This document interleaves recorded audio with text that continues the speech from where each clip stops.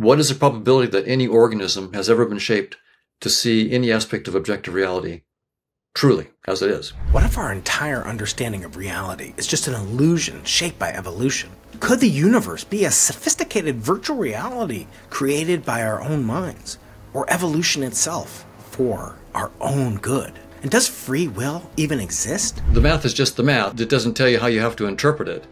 But it's sort of tempting to interpret it as a notion of free will. After talking just this year alone to Sam Harris, Robert Sapolsky, and Daniel Dennett, three prominent philosophers on the subject of free will, two of whom who deny the existence of free will, I'm thrilled to converse with Donald Hoffman, who offers a completely different, highly mathematical and grounded perspective. I'm delighted that different people are taking different points of view. Hoffman is a renowned philosopher and a colleague of mine at the University of California. He's the author of the provocative breakout bestseller, The Case Against Reality. This is his third time on the show because we simply never run out of topics, and it's always refreshing to hear his brilliant thoughts on these issues and more. So buckle up. This is going to be the deepest dive into the fabric of reality that you've ever been on. Let's go. Both Sam Harris and Robert Sapolsky have recently been guests on the Into the Impossible podcast, and their perspective on consciousness is quite different from yours. How do you view their perspectives in contrast to your own, Don? One of the things that they focus on is that they don't think that there's free will. At least Sam doesn't think that there's free will. And the theory of conscious agents that I'm working on does seem to have what we call a decision kernel in it. So a Markovian kernel that sort of models the decisions that a conscious agent takes. Of course, the math is just the math. It doesn't tell you how you have to interpret it.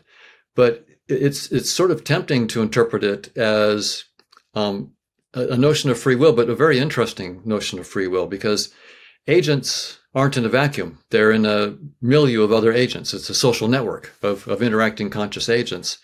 And as we'll discuss, they can combine. So agents can interact, and if they are compatible, they can combine.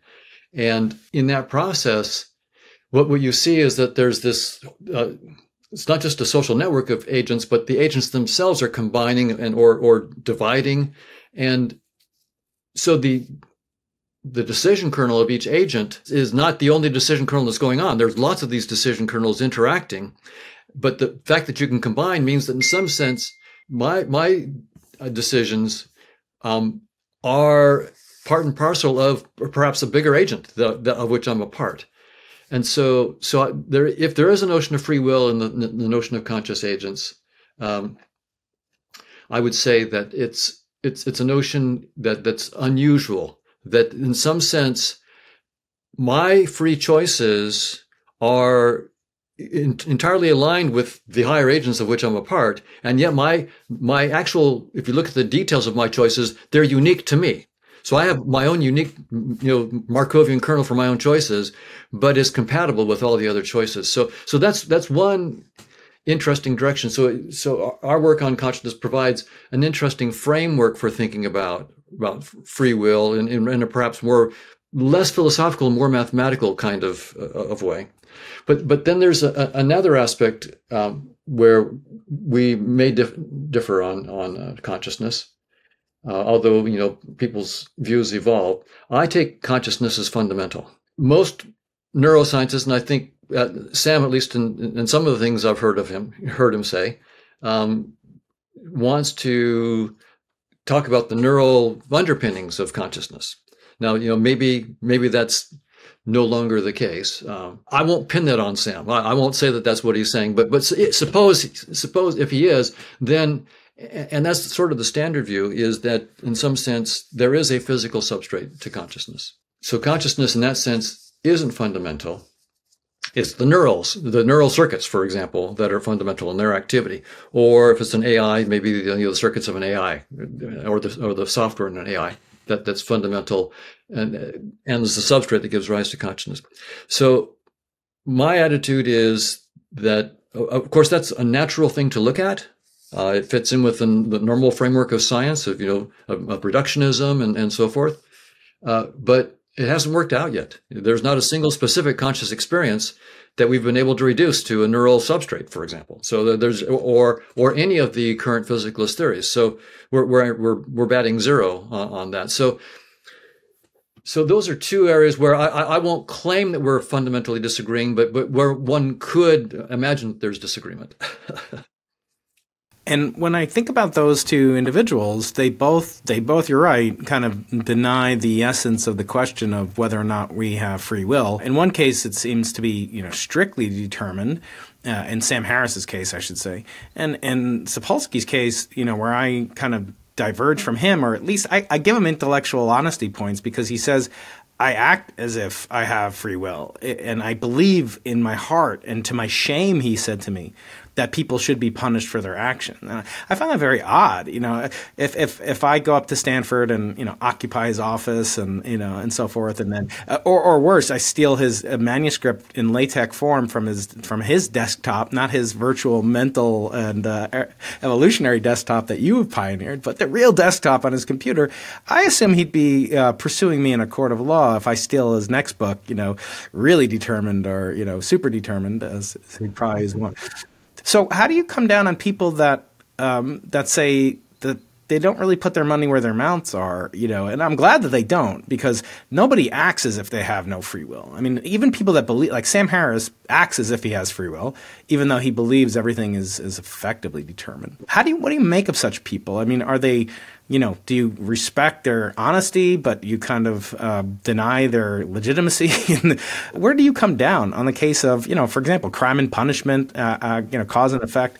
How would you adjudicate such issues? These are difficult issues, and they have a long philosophical history, and I'm delighted that different people are taking different points of view, and we're having a debate. So when I read Sam's stuff, for example, it's challenging, and it forces me to think out of the box and so forth. And when you see the neural evidence that we can predict from neural activity in certain parts of the motor cortex, what you're going to do, several seconds before you know what you're going to do, there's a prima facie case that can be made that the neural activity is, in fact, the cause of your behavior and not what you thought was your free choice. It's an obvious prima facie case that can be made. Now, I think that it doesn't go beyond prima facie. I think it when you push on it, I think it dissolves. But I certainly would not in any way charge them with intellectual dishonesty or anything like that. Absolutely not. I think I'm delighted to have intellects of that stature taking points of view that I disagree with, so that it gives me something challenging to have to push back on and so forth. So I think it's all good. And reductionism has been a very powerful framework for a long, long time. I think it's no longer going to work going forward.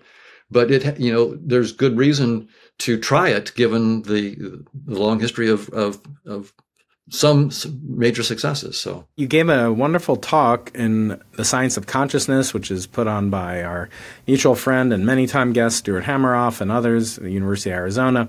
It's been going on 30 plus years, I believe. I spoke at it about 10 years ago, was never invited back. But I've had on all the wonderful luminaries like your fellow colleagues. But you gave just a spectacular talk, and you've been gracious enough to agree that we'll present your slides here, and we'll walk through it, and maybe I'll ask some questions as an interested layperson. I'm always frustrated when I talk to, not to you, but to others, just seems to be so little progress that the progress in string theory seems to be like meteoric, compared to consciousness.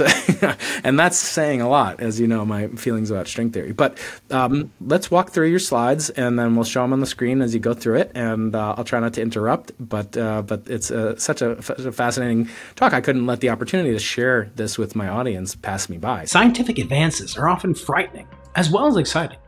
An example of this is Elon Musk's new Neuralink, a brain-computer interface designed to assist paralyzed patients in controlling technology with their thoughts. While this technology holds immense promise for restoring movement and communication, ethical concerns linger around safety, privacy, and the potential long-term effects. Despite the controversy, Neuralink is planning upcoming trials in more and more patients, aiming for high single digits by the end of the year. If successful, this could mark a significant step towards revolutionizing human-computer interaction. I love staying up to date on news, especially related to science, technology, and artificial intelligence. And with the rapid speed of today's news cycle, it's crucial to stay informed and trust where you're getting your information. I'm excited I found this story about Neuralink on Ground News. Ground News is a website and app that I use every day. It gathers articles from around 50,000 news sources all over the world in an unbiased way that can help you read between the lines of the standard mainstream media bias. It helps you break free of algorithms and echo chambers and filter bubbles. You can check them out at ground.news/Dr. Brian. Let me show you why I love Ground News. Right away in the Neuralink story, you can see that 47 news outlets have reported on the story. Of these 47 outlets, 35% of them lean to the left politically, 35% come from the center, and only 31% lean right. You can see the reliability of the outlets covering the story. This is unique. It also shows who owns the outlets reporting on the story. The majority, 32%, are from independent news outlets. Ground News also makes it easy to compare headlines to see how bias might influence the framing and shape our understanding of the issues. I found it hugely fascinating that the left tends to focus on the detailed technical issues and improvements, highlighting the long-term goals, while the center emphasizes Musk's intentions to give people superpowers. Surprisingly, the right-leaning media coverage underscores assurances made that the implant doesn't harm the brain and focuses more on the technology's potential benefits. You can't get this type of news analysis anywhere else. The news isn't going to report on itself, but Ground News does. With Ground News, you get a deeper understanding of the complexity and nuance of different issues by seeing it from all different sides and identifying media narratives. To get this, go to ground.news/Dr. Brian, to stay fully informed on breaking news and see through media bias. You'll become a smarter news consumer and subscribe to my link for 40% off unlimited access with their Vantage plan, the same plan I use. By subscribing, you're directly supporting an independent platform for news and supporting the show as well. So the title of my talk is Positive Geometries of Consciousness. I first start off and talk about the fact that we have lots of conscious experiences. We have, we can experience, estimates are thousands of flavors or millions of colors. And I was surprised to find out that the field of smell now thinks that we could be experiencing trillions of smells. And then we have all sorts of experiences of like sounds and bodily feelings. And so all in all, we have trillions of specific conscious experiences that we enjoy or don't enjoy as human beings. And so you would think that, there's been a lot of work now in cognitive neuroscience and AI and so forth, trying to get theories of consciousness, to try to understand and explain these specific conscious experiences. And most of these theories assume, of course, that space and time are fundamental, and particles, elementary particles in space and time are sort of the fundamental building blocks. And when you get, a large enough group of these particles interacting the right way, you get macroscopic objects like neurons and brains, and neurons and brains with the right properties give rise to consciousness or to the illusion of consciousness. Some physicalists think that consciousness isn't real; it's just an illusion that's made, say, by our nervous system. And then there are panpsychists of various stripes, but the ones I'm interested in are panpsychists who also take space-time as fundamental and certain physical objects in space-time, like elementary particles, as fundamental objects, but that in addition to their physical properties, they have some kind of property of consciousness, some unit of consciousness. Say an electron has its physical properties, but also has some kind of qualia, experiences associated with it. So there are a number of theories. There are, higher order theories. There are integrated information theory, neuronal microtubule, quantum states, collapse, orchestrated collapse, global workspace theory. There's a number of theories, and recently, there's been some adversarial collaborations that have been funded, where a couple of these theories can go head to head and make predictions, say, about the neural correlates of consciousness that they have, and so forth. So it looks like you might think, it's a good field. We have lots of theories out there and a good background. So where are we? And and there's trillions of experiences out there that for these theories to explain. So it must be, you think it would be like shooting fish in a barrel. Just pick. There's trillions, so pick one and you use your physicalist theory to explain it. Well, and So how are we doing? How many experiences have these theories explained? And the remarkable fact is that there's zero. There's no physicalist theory right now that can explain, for example, the taste of mint. What orchestrated collapse of quantum states of neural microtubules must be the taste of mint and couldn't be the smell of garlic or something like that. So we're batting zero.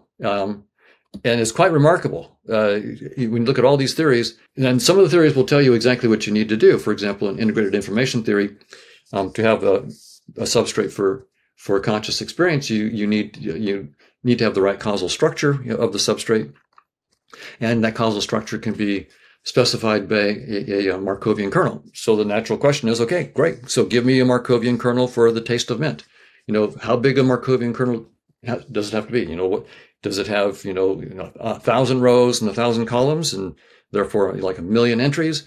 And if so, why that number of rows and columns? And what are the specific numbers in the entries that it must have, or the class of entries that it must have to be the taste of mint and couldn't be the taste of chocolate?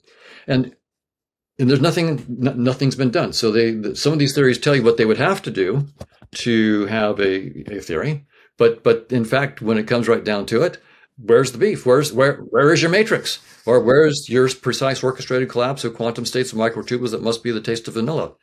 Or what's the global workspace architecture and contents of the shared memory that must be the taste of chocolate? So and part of the problem is that as soon as you say, okay, well, here's the matrix that must be, this is the causal matrix that must be the taste of mint, the obvious question is, give me a break. Why in the world must this 1,000 by 1,000 matrix and those particular entries be the taste of mint? Please, give me an explanation. And you can say, well, you can see where there's going to be some problems here doing that. Or what orchestrated collapse of quantum states. And this is not, by the way, a new problem. Leibniz saw this way back 300 years ago in his monadology. And he actually gave physicalist theory short shrift. He gave them one paragraph. He said, yeah, obviously can't be done. You can't boot up consciousness from unconscious mechanical physical ingredients. He spent a paragraph on it and figured, intelligent readers can move on. They could have cited him.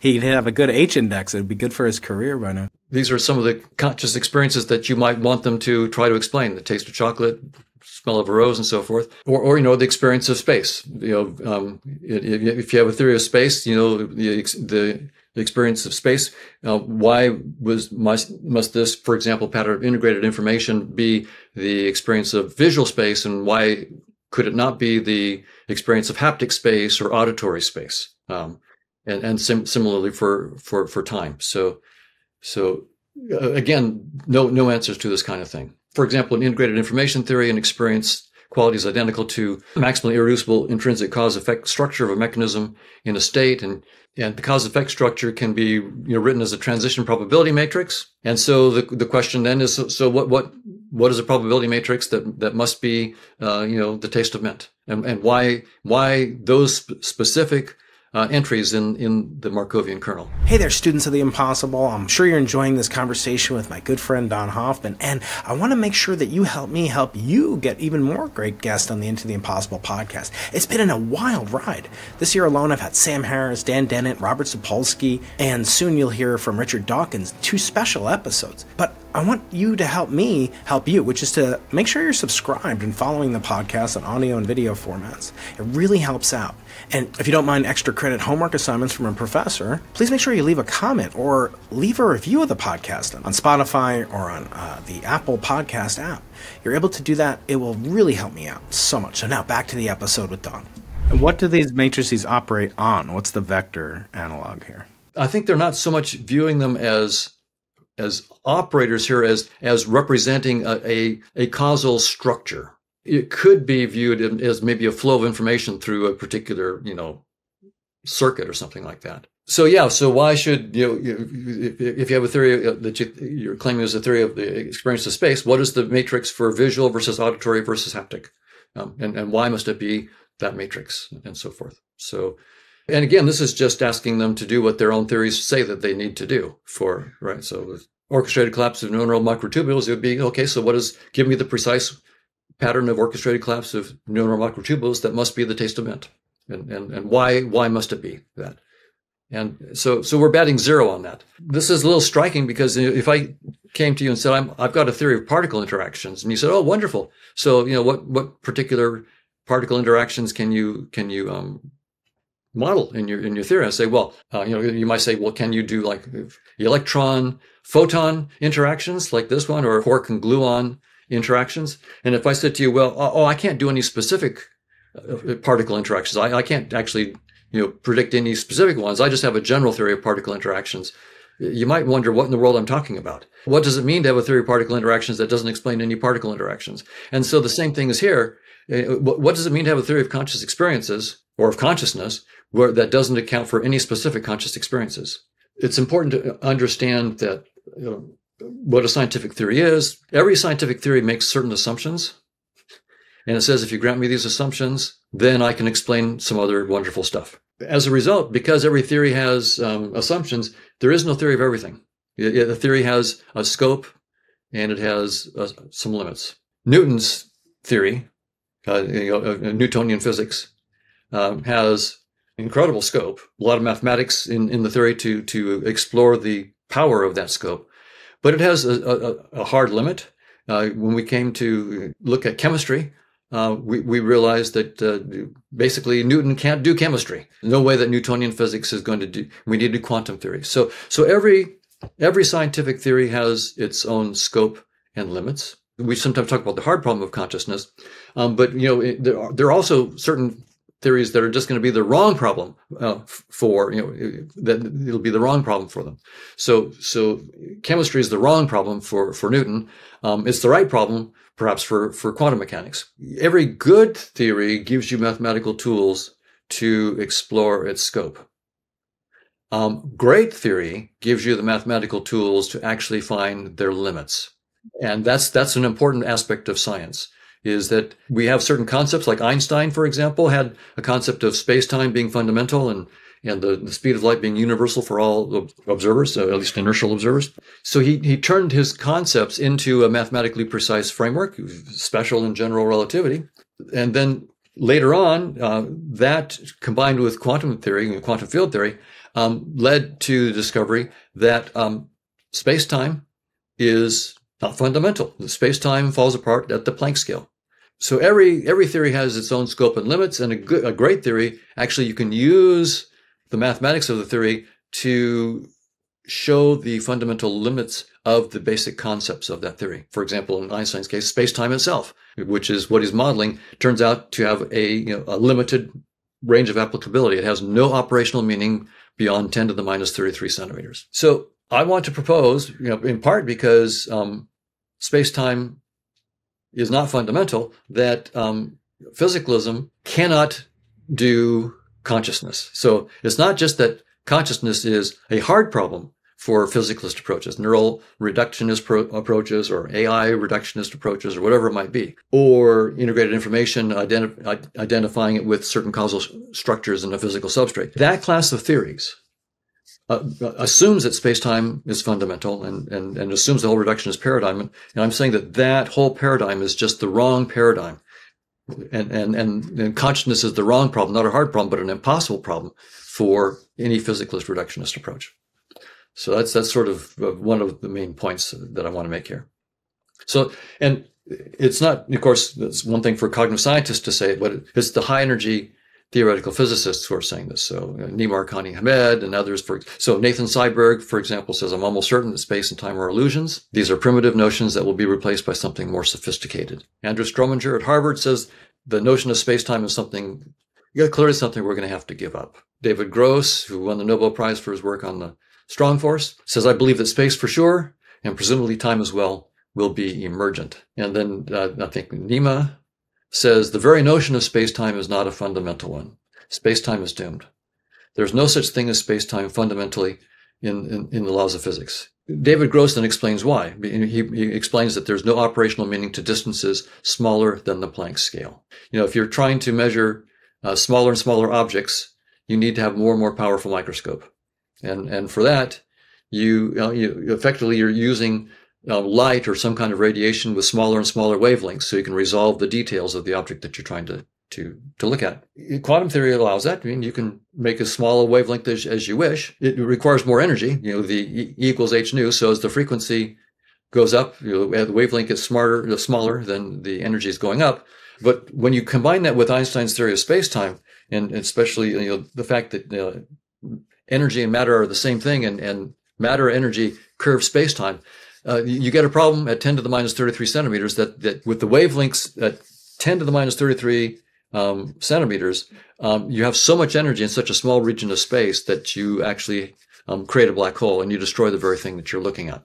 And so what this means is that space-time is a fairly shallow data structure. It falls apart at 10 to the minus 33 centimeters, not 10 to the minus 33 trillion centimeters, just 10 to the minus 33 centimeters. That sounds impressive to us now because we don't have the technologies to probe it. But once we get the technologies to probe at 10 to the minus 33 centimeters, then, it's just going to be a hard limit to what we can do inside space-time. So space-time is doomed. We thought it was fundamental, but it's not. I also talk about, evolution by natural selection, and it also agrees with the physicists, the high energy theoretical physicists, that space-time is doomed. You can use Darwin's theory in mathematical form, in evolutionary game theory, to ask a technical question, which is, what is the probability that any organism has ever been shaped to see any aspect of objective reality truly as it is? So you can ask that as a technical question. Do we see the truth? What's the probability that our senses show us the truth about objective reality? Right? We see what appears to us in our senses is space and time and physical objects inside space and time. So the question I'm asking, does evolution entail that those are going to be true perceptions of the objective nature of reality, or not? And it turns out we can ask the question, does natural selection favor veridical perceptions? And the answer on the next slide is no. Vertical perceptions go extinct. In fact, the probability is zero that any sensory system of any organism has ever been shaped by natural selection to see any structural aspect of objective reality correctly. So what we find is the two main pillars of modern science, which is high energy theoretical physics, quantum field theory, for example, and also evolution by natural selection, both agreeing that space-time isn't fundamental. And objects in space-time aren't fundamental, and therefore the whole physicalist reductionist paradigm will be called into question. So what is it that we are seeing? From an evolutionary point of view, we get a hint that evolution shapes our sensory systems to guide adaptive behavior. That's right.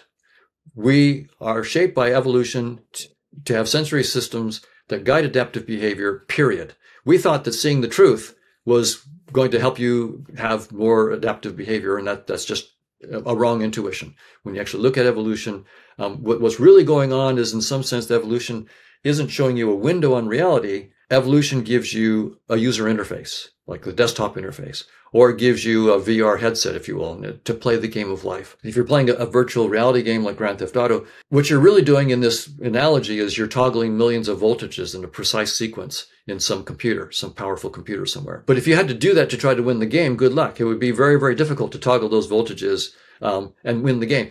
Someone who has a little virtual reality headset and they see a steering wheel and a dashboard and gas pedal and so forth is going to beat you. So they don't need to see the truth. They need to control the truth, but they don't need to know what the truth is even. You don't have to know about diodes and resistors and voltages to win the game if you are given the right interface. And so that's sort of the idea of what Darwin's theory tells us, is that evolution shaped us with a headset that lets us play the game of life, and it hides the truth. So that means that reductionism is doomed. If space-time is doomed, then the idea of reductionism, which I think is in the next slide, that fundamentally the laws of physics are given by some laws at the most microscopic scale. And we just have to go to the smaller scale, to see what's ultimately going on. And physicists are telling us is that reductionist paradigm is wrong. As we go to smaller and smaller scales, at some point you just stop. You can't go any smaller, 10 to the minus 33. And actually, if you try to go smaller, you start actually going the other direction. You actually get black holes that get bigger and bigger and bigger. So you get more macroscopic. So the reductionist paradigm is a problem, and it's been the foundation for a lot of science. We used to think that the foundation was like earth, air, fire, and water, the four basic elements. And then we went to the periodic table of elements. We thought that was fundamental. And now we have the standard model of physics with the bosons, leptons, and quarks. And that's our current fundamental reductionist approach. But we know that space-time is doomed, so that even the bosons, leptons, and quarks aren't going to be the final answer in terms of what's the nature of the basic elements of objective reality. So the idea that has guided a lot of consciousness research is again a reductionist one, which is that we start with fundamental particles like the bosons, leptons, and quarks, and when they have the right combinations, we get more larger objects like these pyramidal neurons, and if you go even larger, you get objects like the brain, and then the brain with the right properties, right, the right causal or other kinds of properties, somehow gives rise to conscious experiences. That's the theory in global workspace and illusionism and panpsychism and so forth. But there's a problem with all this, and Steven Pinker points it out quite nicely in his 2018 book Enlightenment Now, what I'll call the stipulation problem of consciousness. And what Pinker says is, but the last dollop in the theory, and he was talking about the global workspace theory, which is the theory that Pinker seems to like in that book. But the last dollop in the global workspace theory, that it subjectively feels like something to be such circuitry, the global workspace circuitry, may have to be stipulated as a fact about reality where explanation stops. What Steve is saying is that, we have the global workspace theory and all of its architecture and is trying to explain conscious experiences but when you get right down to it, like, taste, the smell of a rose or the taste of chocolate, it doesn't give it to you. You're assuming the global workspace architecture, and then you're having to also stipulate the conscious experience of the rose or the chocolate of the cake. So you're stipulating the physical system. You're also stipulating the experience. There's no explanation here. It's all stipulation.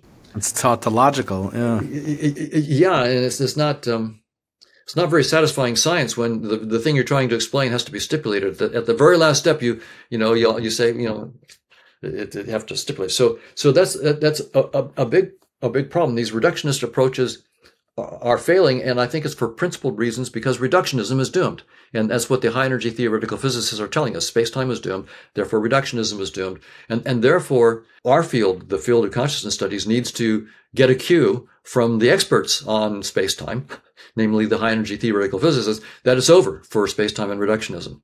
And we can't, if we want to start there with our theory of consciousness, we're starting with the wrong foundation. And not only is it space-time not the right foundation, but also quantum mechanics. So again, these theorists are pointing out that quantum theory is not fundamental either. As Nima puts it, so there's some other structure that we're looking for and some way of thinking about interpreting the structure beyond space-time that will let us see space-time and quantum mechanics emerge simultaneously and joined at the hip. One reason why they're saying that space-time is doomed and quantum theory is doomed is that they've when they're trying to understand the probabilities or the amplitudes for particles interacting, like 2 gluons smashing into each other and 6 gluons spraying out, when you do the computation inside space-time, it's a mess. It's hundreds of pages of algebra for a single event, hundreds of thousands, millions of terms. But they've discovered recently these new structures outside of space-time, like the amplituhedron and cosmological polytopes and associahedron. So they found these new structures, this is all fairly new, last 10 or 11 years, that allow them to compute scattering amplitudes much more cleanly, much more simply. Millions of terms turn into 4 or 5 terms that you can compute by hand. And you see new symmetries, something called the infinite Yangian symmetry, for example, in certain interactions that you can't see inside space-time. What we're finding, and then they're finding these structures called decorated permutations that help allow them to classify these new geometric structures. And so there's this whole new field called the field of positive geometries that's coming out now. We used to think space-time is fundamental, but it's not. There are beyond space-time, there are positive geometries like the amplituhedron, and then beyond them are these combinatorial objects like decorated permutations, which allow us to classify these objects. So this is a brand new frontier. We've stepped outside of space-time for the first time as a species in the last 10 or 11 years. We're outside of space-time and we're finding stuff. Hey there. It's me again with a great offer for you, which is free, and you can cancel at any time, but I hope you won't. It's to join my Monday Magic mailing list. And for one lucky listener each month, I select you to win a real fragment of a 4.3 billion year old segment of our solar system, a meteorite, which fell to Earth in Argentina some few thousand years ago. I'll send you information about meteorites and all sorts of cool things and how you can observe and maybe find some yourself. But I'll also send you every week the latest and greatest information from around the world of STEM, science, technology, engineering, and math, and many, many other thoughts that I develop and go through. And every week, people really seem to enjoy it. Recommendations, tips, tricks, hacks, and all sorts of cool things from around the world of academia and beyond. So, if you have a .edu email address, the offer is even sweeter. You're guaranteed to win one of these beauties if you live in the United States. For those of you with a .edu email address, go to briankeating.com/edu and send your details there. Now back to the episode with Don. Yeah, I mean, this is right up our alley as physicists, but it might not be abundantly clear to the audience, how does it come back to the brain? I mean, is it that it's a no-go theorem because we currently don't understand, and we need physics beyond the standard model to understand physical reality, and the ultimate building blocks are particles, but we don't actually know if there's strings that go even below that, or matrices, or loop quantum gravity is correct. Is that the relevance of I mean, it's fascinating to me as a physicist, but what is the relevance to the brain and the mind and consciousness? Well, the relevance is if we're trying to find a fundamental framework from which to boot up consciousness. The question is space-time itself a deep enough structure for us to try to boot up consciousness from it? And my take on what's happening in high-energy theoretical physics is they're saying, no, space-time and quantum theory themselves are merely projections of much deeper structures and much more interesting structures. Space-time has 4 dimensions, maybe 11 or 12, depending on what other theory you might have. The amplituhedron could have billions of dimensions. These are different. So these are not little things curled up inside space-time. These are brand new structures. And so we're very much taken off the headset. We're looking outside of space-time, and what we're finding are obelisks. We're finding these geometric objects outside of space-time. And I think about it as like the scene in 2001, A Space Odyssey, where there's the obelisk and all the apes are hooting and hollering, pounding, and they know it's really important and it's very significant, but they don't know what it means. And I think that's where we are, because we've only been outside of space-time for the last 10 or 11 years. We're finding these positive geometries, but the question is, who ordered that and why? And what does this mean? And space-time is clearly not fundamental. What is fundamental? So we're at this big new vista has opened up in science that says reductionism inside space-time is not where it's at. And there's something new that's really important. It's positive geometries, but we don't know what it means yet. For example, we have no dynamics. What is a dynamics outside of space-time that gives rise to these positive geometries and these decorated permutations that they found? This is all brand new, but what it says to me is, to my field of consciousness studies, if we're trying to build our theory of consciousness on space-time physics, that's an old horse now. We don't want to hop on that old horse. We need to get on something that's more fundamental. And by the way, there's just in February, there was a big workshop in Germany, bringing together 100 PhDs in physics and in high-energy theoretical physics in what's called the Universe Plus project that's been funded by the European Research Council, the ERC.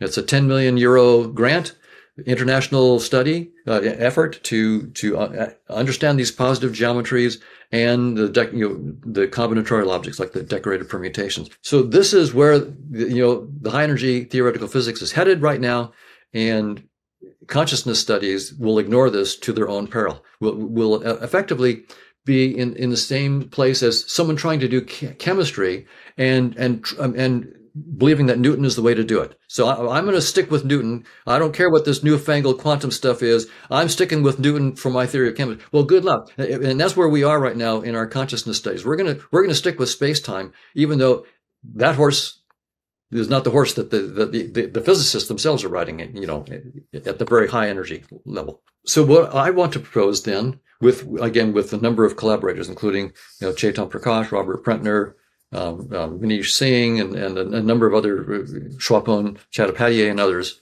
a theory of what we call conscious agents, a network of interacting conscious agents as the fundamental nature of reality. And this is going to be conscious agents not emerging from space-time, but prior to space-time.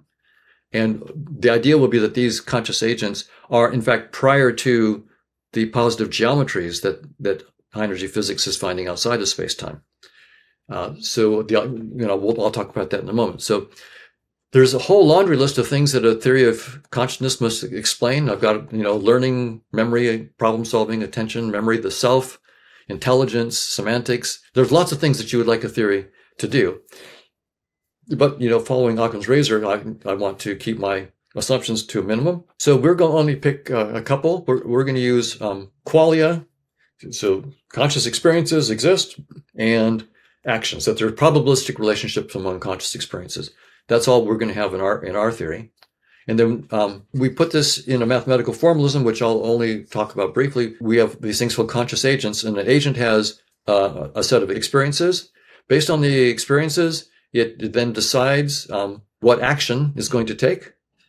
And once it does that decision, then it acts on the network, the big social network of other conscious agents, which then acts back on the conscious agent that we're sort of focusing on here. So we get this loop, a perception, decision, action loop.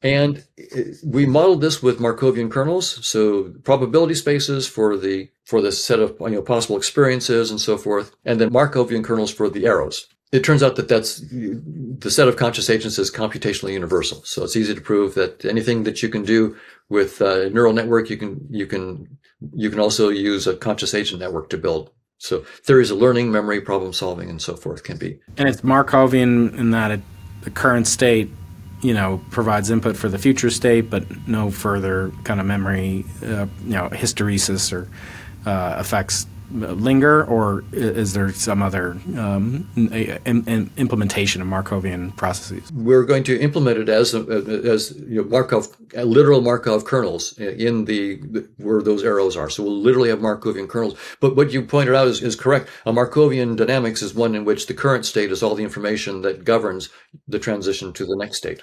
So it's a finite memory. I would point out that you can make that state as complex as you want. So it's what it really means is you can have an arbitrary but finite amount of memory in your decision. So it's very much like in Turing machines, where we say you have a tape. It's a finite tape, but there's as much tape as you want. You'll never run out of tape when you're doing your computation, and that's sort of the way it is with the Markovian kernel states. It's going to be finite, but as big a state as you want, we can give you that, and we can turn it into Markovian. So it's not much of a limitation, actually. Then I went through some fairly technical stuff here. It turns out that we discovered an order, so we can actually model individual conscious agents with what we call a qualia kernel. We can take the perception, decision, action kernels that I talked about in that loop and combine them together into a single kernel that we call the qualia kernel. So now we have a much simpler thing, and we can actually then look at a single Markovian kernel which describes, if I'm a conscious agent, I have the experience of red, now what's the probability that I'll experience green next or blue next or whatever. So it gives us what we call a qualia kernel. What we've shown is that there's actually a logic on the set of these Markovian kernels. So this is apparently a new contribution to the mathematics of Markov chains. And we'll be publishing that in the paper that we're writing right now. We discovered that there's what's called a partial order on the set of Markovian kernels. And this gives a logic. You can take the and and the or, the meet and the join. And so complements in certain cases and so forth. We give it a non-Boolean logic of Markovian kernels, which then turns into a non-Boolean logic of conscious agents. So we can actually talk about agents, consciousnesses combining or disassociating, decombining. And we can talk about also a notion of observation. One conscious agent, if it's sort of what's called a trace chain of a bigger agent, then it observes the bigger agent. Then there's a whole logic that we have on that. So then our big idea then is that we have this network, this social network, like the Twitterverse of conscious agents, and it's beyond space-time, and it's actually beyond the geometries and permutations that the physicists have found outside of space-time.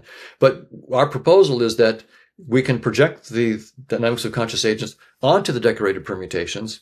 And from there, the physicists tell us how to, project into the positive geometries and into spacetime. So we've actually, in a paper last year, we actually got a projection onto decorated permutations from Markovian kernels. And when we did that, we first just went in the literature. We assumed it had already been done. Just how do you represent Markovian kernels and classify them with decorated permutations? And it turned out it hadn't been done. So last year we did it, and we actually contributed, as far as I can tell, something new to the mathematics of Markov chains. We actually showed how they can be classified by decorated permutations. So now what we're doing is we're looking at how to now project. We've got the projection of the dynamics of conscious agents onto decorated permutations. Now we want to get all the way into spacetime, right? We want to make, what does the mass, what are particles in spacetime? What do they correspond to in the Markovian dynamics and so forth? What does mass, momentum, spin, distance, and so forth? And I can just say at top level, in the paper we're writing right now, we're going to publish the idea that the mass of particles inside spacetime is a projection of the so-called entropy rate of communicating classes of these Markovian kernels of conscious agents. So an entropy rate is an interesting thing. It's very important in communication theory. If you have a source, a communication source that has an entropy rate that's greater than the channel capacity, then you're going to get distortion. You won't get the message through clearly. And also entropy rate is related to a minimum description for a signal, minimum description link. So the entropy rate is interesting, and if people want, I can go into detail about the mathematical definition of entropy rate, but we make a proposal that the entropy rate is what projects to mass, and that makes a real clean prediction. Because if the entropy rate is 0, then we're going to be dealing with massless particles, right? And therefore, we have to make the prediction that this is going to be a spin 1 particle, plus or minus 1. And we're going to have to make the prediction that this thing is going at the speed of light. There's a maximum speed, and this thing is going. So in other words, we don't just get to say, oh, entropy rate is mass. There are consequences for saying that, and it turns out that they work. In the Markovian dynamics, when you actually have an entropy rate of 0, you get a kernel looks like the P kernel down here on the bottom right, where it's all zeros and ones. Those are the entropy rates are 0, and those in fact have spin or determinant plus or minus 1. So if we say the spin is a projection of the determinant, then we get that. And then they also have the fastest commuting times. So commuting time between two states is the expected number of steps it takes you to get from that state to the second state and then back again. So it's the round trip time. And it turns out that when you have the 0 entropy rate, then you are effectively, the commuting times are the fastest you can possibly have. And so there is a maximum speed limit, and it happens precisely when you're massless in this theory, and when the determinant is plus or minus 1. So it's internally consistent. It's internally consistent. It doesn't mean we're right, but it means that the first little test is passing the first sniff test. We'll see if it goes all the way. So yeah. So what's nice is that Einstein assumed that the speed of light is the maximum speed, and it's the same for all observers.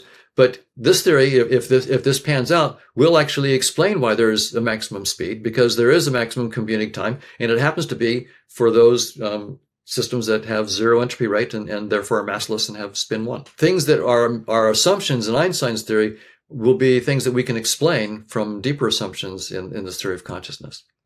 So how do we test all this? There's a number of ways to try to test it. You might say, well, why don't you go after neural correlates of consciousness? I mean, that's clearly the thing you want to test. And eventually we do, but I'm more interested in doing something simpler. Not that it's simple, but I'm looking in this little example here. I want to look at the inside of a proton. And the many physicists have spent decades studying particle collisions that are inelastic collisions. They destroy the proton. They'll let you look inside, at the quarks and gluons and so forth inside. And so this is just sort of a high level picture of, where quarks and gluons and protons fit in the whole scheme of matter. I have to point out that nucleus in the atom is not charge neutral. There's something going on with that. It only has 2 protons. It should be helium. but it's helium-5 or something. Okay. Oh, interesting. So when you look inside of a proton, what at the top level, what decades of experiments have shown is that at the lowest resolution, what they call Bjorken X and Q squared, inside of a proton, you find it's dominated by 3 valence quarks, 2 up quarks and a down quark. As you increase the resolution in space and time, you get what they call a quark C. You get quark antiquark pairs appearing, and you also get a bunch of gluons. Then when you get to the highest resolution, highest Bjorken X and Q squared, then you get just a vast gluon sea. So what you see inside the proton depends on essentially the scale, the temporal and spatial scales at which you're looking.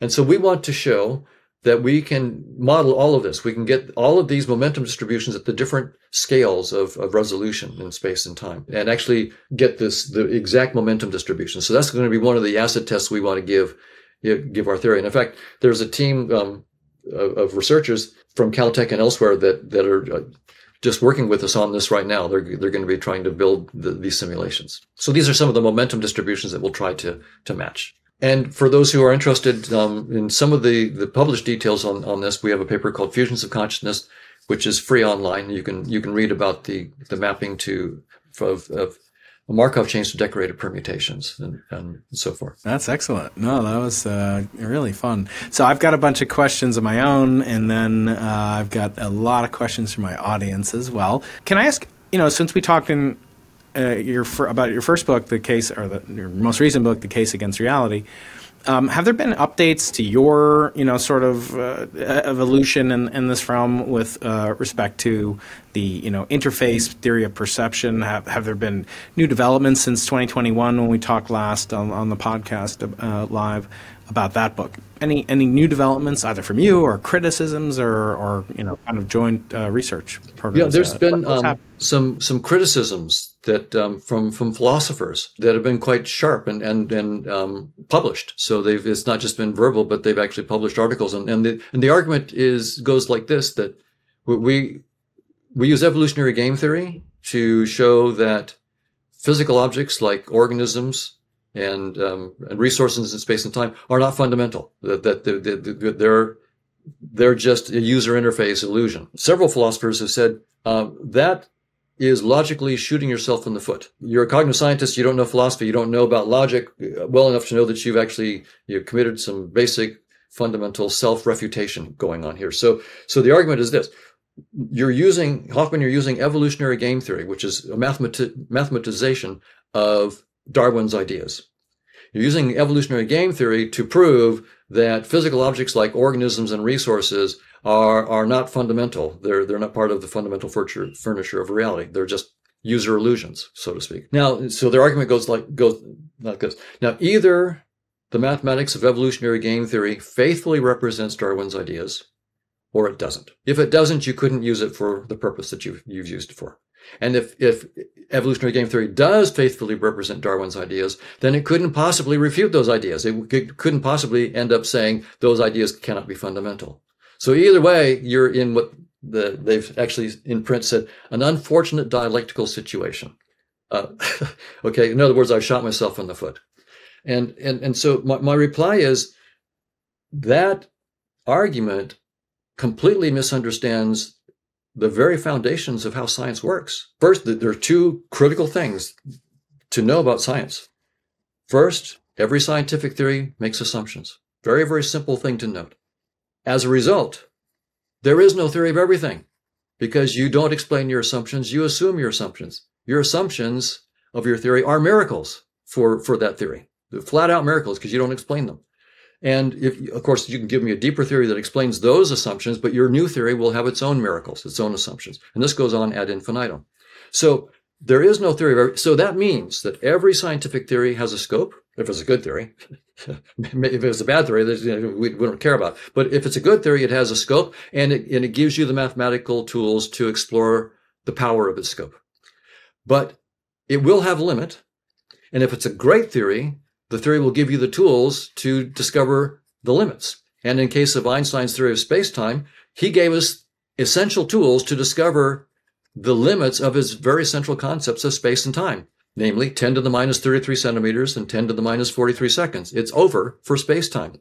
So it's not that we wouldn't want to say, oh, well, Einstein's mathematics has refuted. Poor Einstein, he got himself caught in a logical bind. He shot himself in the foot. He had these ideas about space and time curving and so forth. But then he came up with this mathematics, and the mathematics came back and showed, well, that idea of space-time falls apart at 10 to the minus 30. Oh, well, Einstein, you dork, you dummy, you blew it.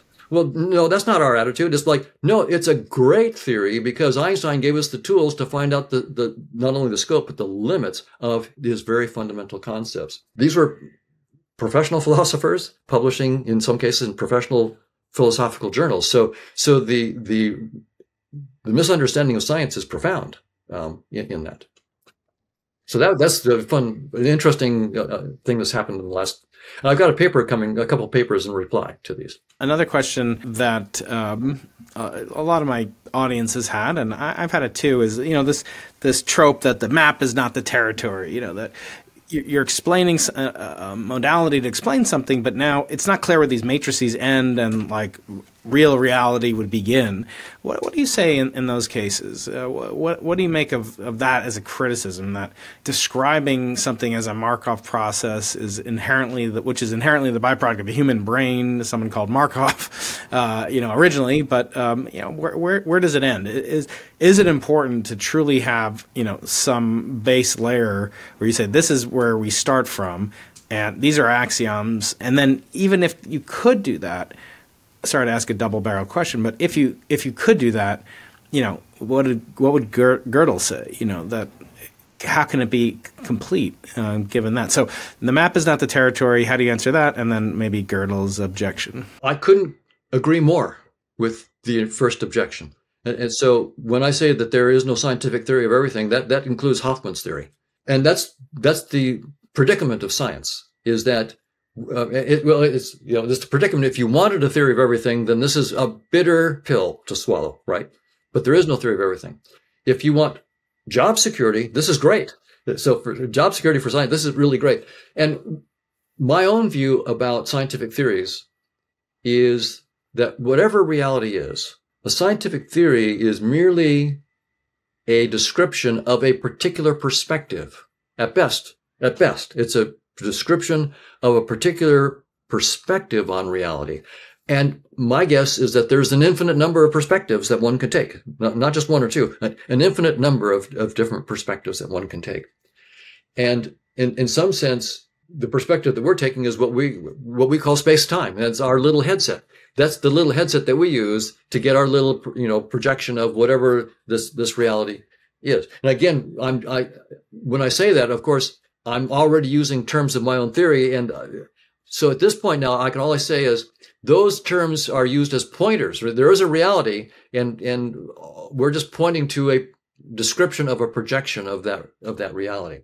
So, but it turns out most of our theories are not even good at that. So most of the stuff that we come up with is not even good as a description of a projection of reality, right?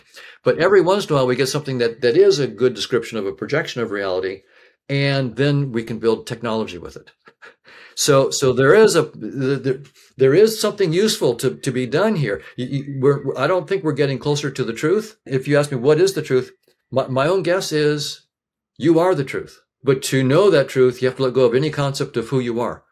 You have to let go of all concepts and just be with yourself. Then you're knowing it's a non-conceptual knowing of who you are as the truth. So now that gets to the Gödel question, right? So I take scientific theories as mathematically precise systems, right? And they have at least the power of arithmetic, which is something that Gödel was looking at. So they will in general have the power of arithmetic, and so therefore there will be statements using Gödel's approach that are true but cannot be proven within whatever axiom system you've chosen for your scientific theory. So I think that Gödel incompleteness thing is another reason why I'm saying pretty emphatically there is no scientific theory of everything, and in fact, we don't even get close, right? That in some sense, the reality, whatever it is, infinitely transcends any scientific theory. including my own, infinitely transcends. But it's not all, hope is not all lost, because I'm suggesting that what you are is that truth, that reality, just looking at itself through a particular avatar.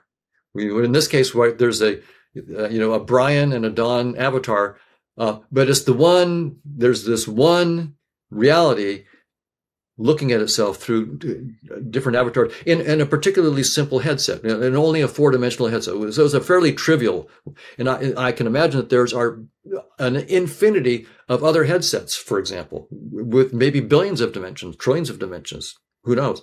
And we're probably, the more dumb one. Hey, there's a good chance you might be a scientist or an engineer aspiring to be, maybe going to school, graduate school, or after school, or maybe you're a professor like me.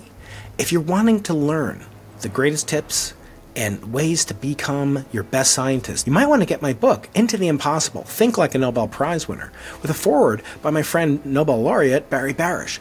In it, we describe an incredible series of tips on how to collaborate better, unlock your creative genius, and get over common pitfalls like the imposter syndrome. I hope you'll take a deep dive into it, and I know you'll enjoy it. You can read a free chapter at my website, briankeating.com/books, and you can buy it at amazon.com in ebook, audiobook, or in physical hard copy or paperback form.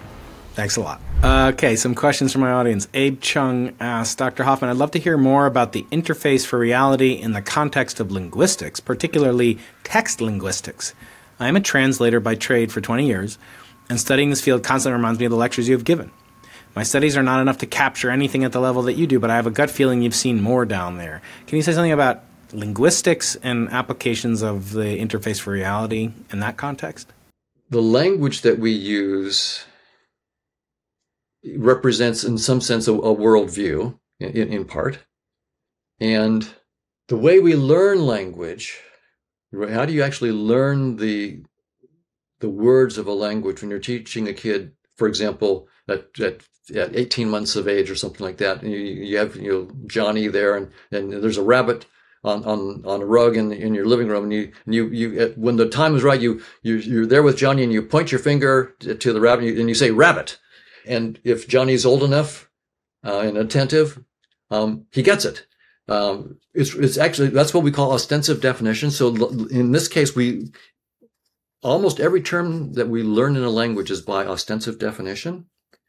And notice that there's an infinite ambiguity. If I point and say rabbit, what in the world am I referring to? It could be the color of the rabbit, it's white, or it's fur, the furry texture, or it could be the left ear and the right front paw.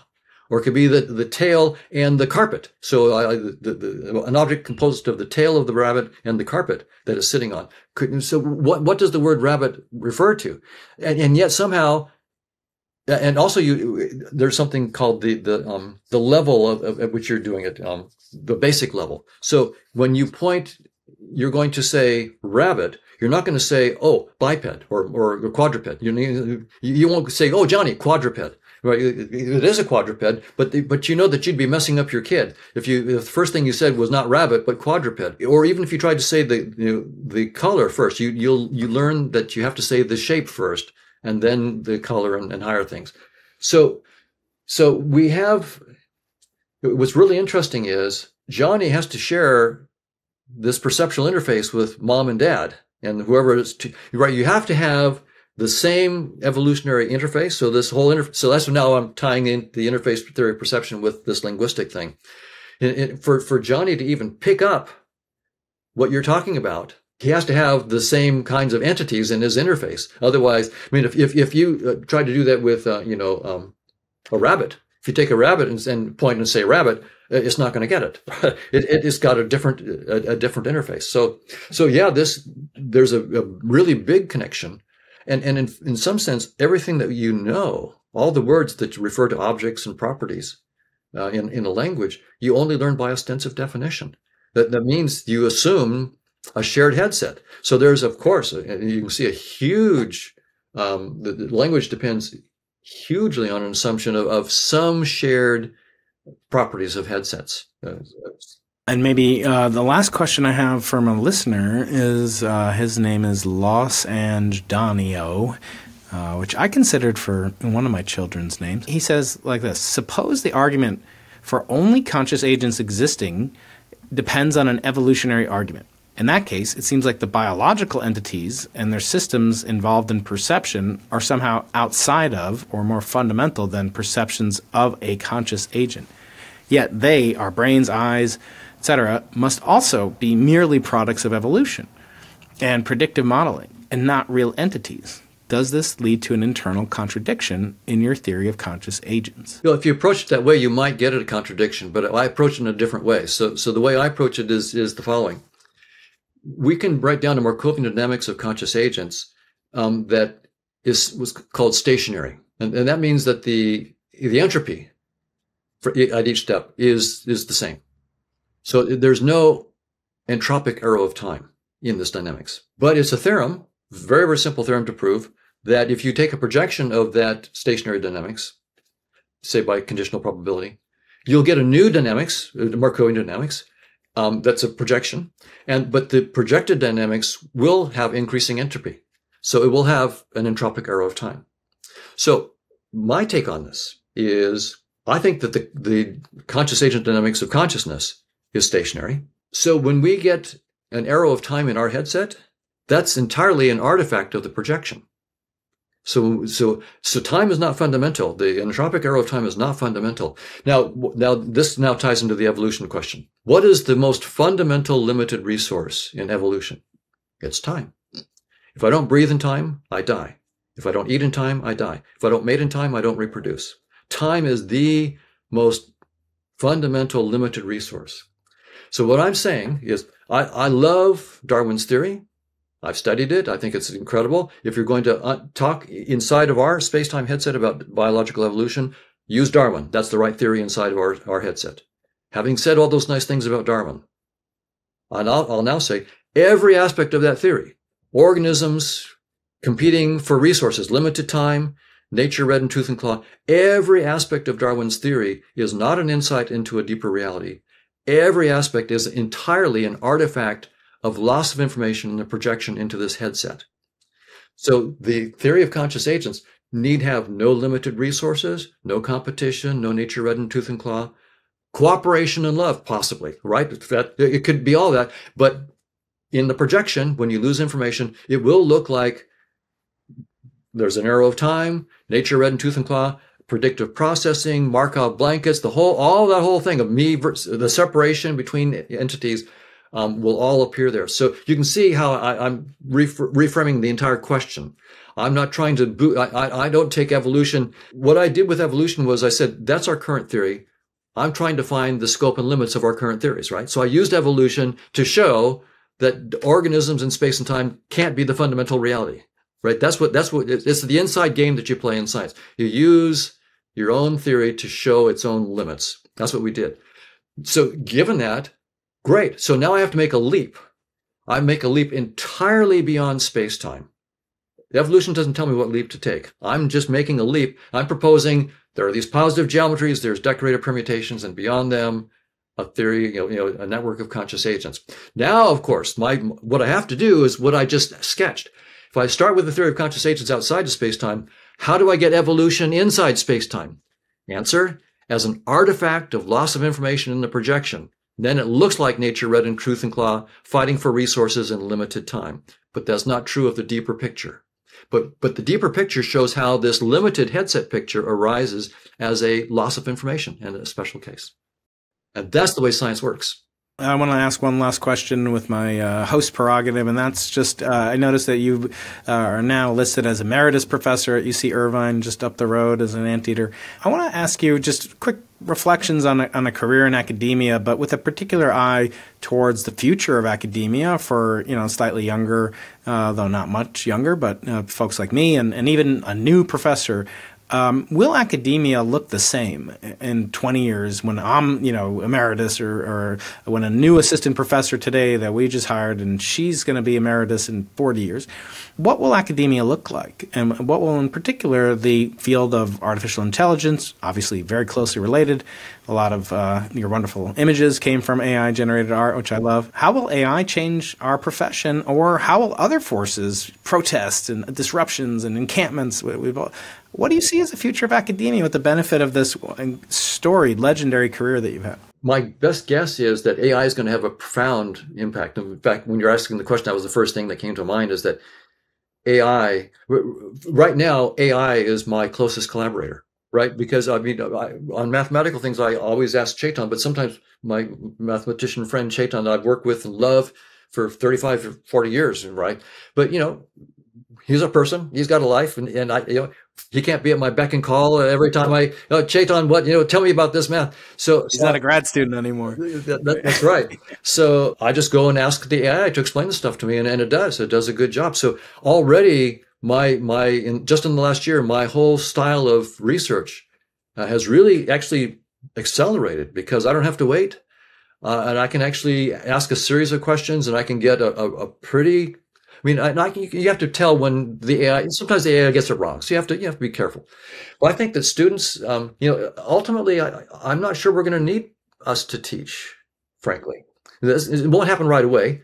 But if you're looking 20 years down the line, I don't see too many people being able to compete with AIs 20 years down the line in terms of didactic skills and so forth. And right now is the worst AI is going to be, right? It's only going to get better. And imagine my, kids, 10-year-old, and, he or she has had AI, reading over their emails, and let's say it's benevolent, who knows about Google, but everything will be on Google. I wasn't on Google when I was 10. It didn't exist for it took 20 more years, but almost before it existed. So imagine everything, every single thing, every thought, every email to collaborator, and again, it could be malevolent, but let's just assume it's benevolent. Just imagine, it's truly a second, third, fourth, fifth brain, and just the capability of that. But I wonder, I had some conversations last week with David Berlinski, who you probably know. He's a wonderful thinker and raconteur, and he was talking about a conversation he had in 1965 with Noam Chomsky and B.F. Skinner and all these incredible minds that are heroes, right, to many people. And the question that came up of, will computers ever really be able to reason? And he asked this of Chomsky, and Chomsky said, the probability of, in a stochastic system of the next word being selected is 0. Basically there's an infinite number of words, and then you add in context, grammar, syntax, lexicon, vocab, all these. So the probability, and yet I'm speaking to you right now, and I'm not even thinking about what I'm saying. It's probably obvious to you. But the point being, that Chomsky, even the great Chomsky, thought that these LLMs were impossible, as recently as, 30 years, 40 years ago, even, maybe even more recent than that.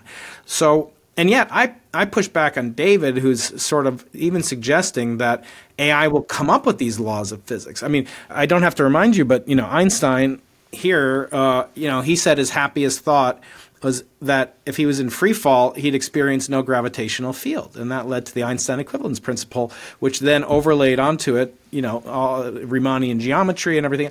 To what extent, can ChatGPT produce an amplitude-hedron, or an Einstein equivalence principle? Is it just a matter of tokens? Because I'm very optimistic about the need for humans, although I agree our days, at least as we do it, are numbered.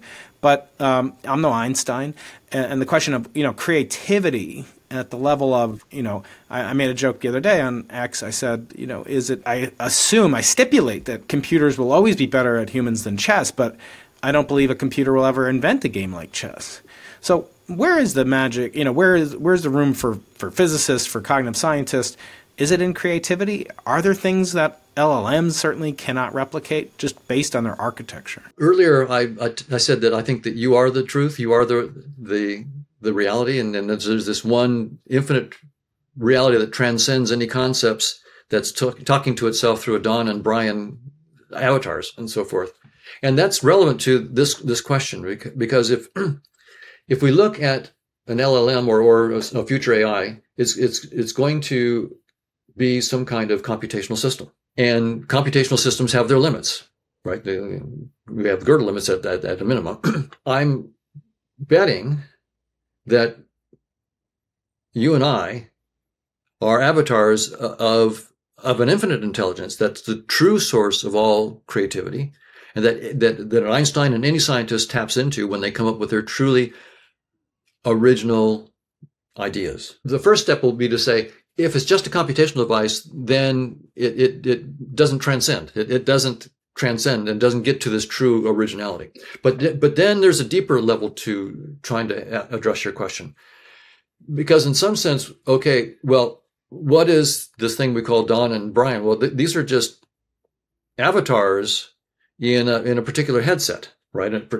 So why can't we create a new avatar in our headset that looks like a computer that is actually an avatar of the deep intelligence, right? If we're going to only stick with a computational thing, then I think there's no problem.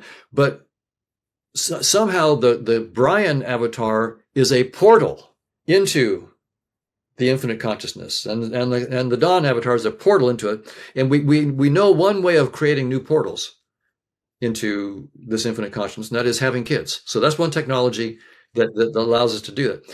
So could we, once we understand space-time as a headset, and we understand the headset and at least some layers of its relationship to the infinite reality, that's the source of true insight and true originality and creativity, could we figure out new ways to open up genuine new portals?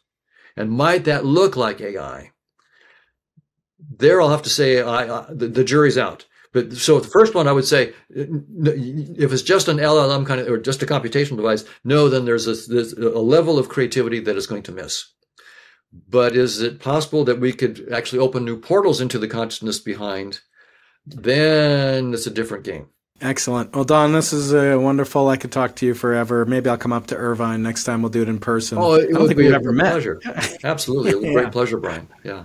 Don, you're such a fan favorite, my favorite. Love talking to you, and hopefully we'll do it again, like I said, in person sometime. I would love to do that, Brian. Great to talk. Okay. Stay well. Stay well. Bye, Don. Congratulations. You made it all the way to the end in this wonderful conversation with Don. I know you're going to love my episode with Sam Harris. And click here for my greatest episodes in the theory of consciousness and the mind. See you next week on Into the Impossible.